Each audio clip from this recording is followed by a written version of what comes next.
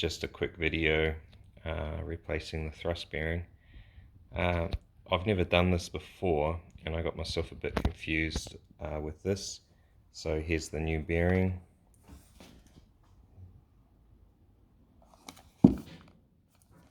And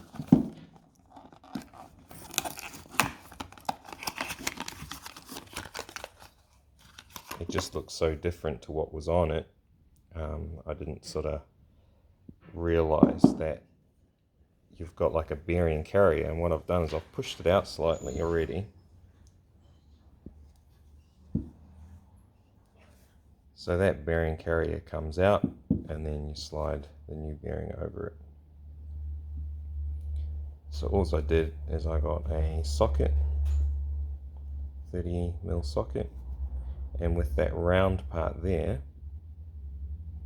I put that into there and then sat this in the vise like that and gave it a whack, and it just came away nicely.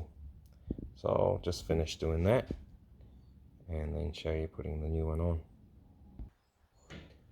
So I just set it into the vise, put my socket in there, gave it a whack.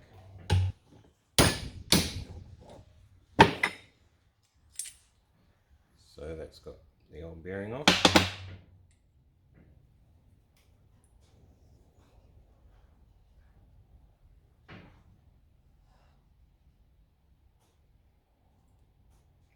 So I'll just go clean up this carrier. So I'm just going to put a bit of assembly grease, very small amount of assembly grease on, just to help it all go together.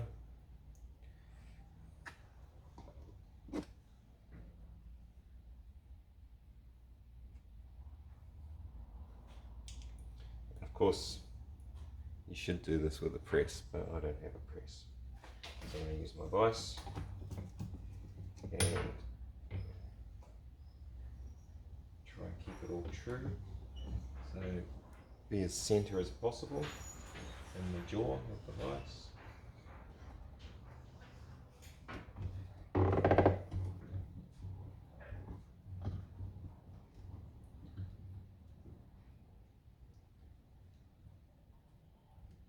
Don't put too much pressure on because you're going to load up through the bearing.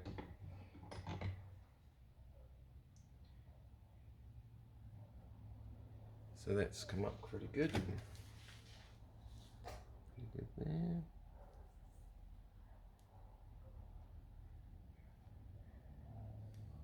Should have the light around the other way, shouldn't I? Yeah, that's looking good. So that's thrust bearing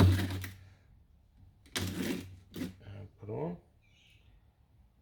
So before I put it back onto the shaft, I'm going to very lightly oil inside here. Not oil, grease I mean, sorry. Just very, very low amounts of grease in the clutch assembly.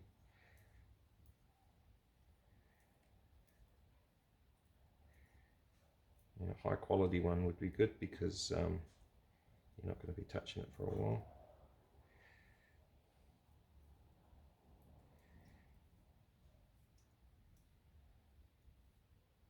Alright, that's perfecto. Alright, I'm just going to wipe the grease off. Oh, sorry. I'll wipe the grease off this face here, just so that there's no grease splattering out into the side. I'll lightly grease the shaft it's going onto, and even the spline, just to help it flow on a bit nicer when I put the engine on. Yeah, that's it.